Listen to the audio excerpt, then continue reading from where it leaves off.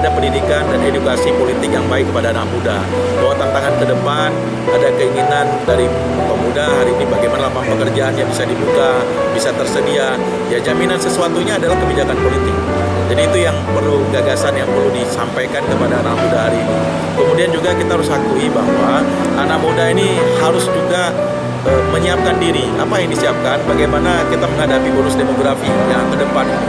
Di mana populasi kita ini diprediksi oleh BPS dan juga dunia bahwa populasi warga produktif di Indonesia sekarang di 2035 itu mencapai puncaknya. Nah ini bisa jadi ancaman bagi